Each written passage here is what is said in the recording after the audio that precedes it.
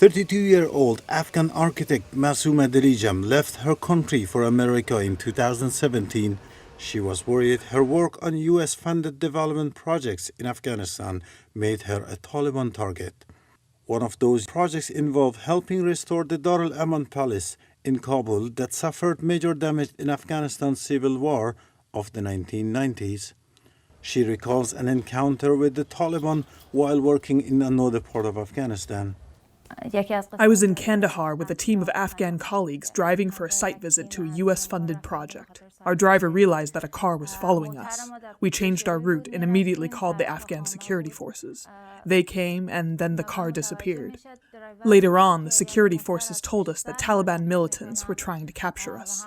Luckily, the Taliban couldn't do anything. I think if they had captured us, I would not be alive now. Delijam decided to start a new life with her husband and young son in the United States and gained entry through a special immigrant visa or SIV program. She now works for a construction company in Washington. Given the insecurity in Afghanistan, the SIV program was an opportunity for those who worked on the U.S. projects to live in greater peace and security. I am certainly pleased with it.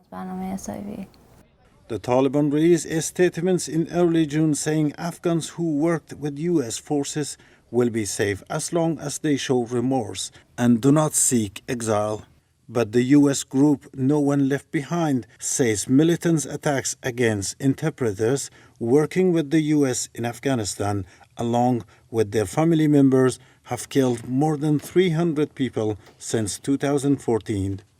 Delijam worries her parents, brothers, and sisters in Kabul are at risk as U.S.-led forces leave Afghanistan.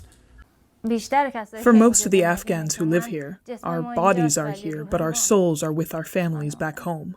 When they are not safe, when there is war and insecurity every day, all I care about is their survival. The SIV program benefits both the U.S. and Afghanistan, according to Afghan sociology professor Hassan Rezai. It proves the moral commitment of the United States to the safety of its partners in Afghanistan. The program also has a social impact. The immigration to the United States of tens of thousands of Afghans who help the U.S. military will create a vast social network that can communicate with Afghanistan and share life experiences with people there. The U.S. government says 70,000 Afghans have immigrated to the United States since 2008 under the SIV program. Last week, it began the process of bringing another 2,500 Afghans to safety with the arrival of around 200 people at Fort Lee, Virginia. Mahdi Mehrain for VOA News, Washington.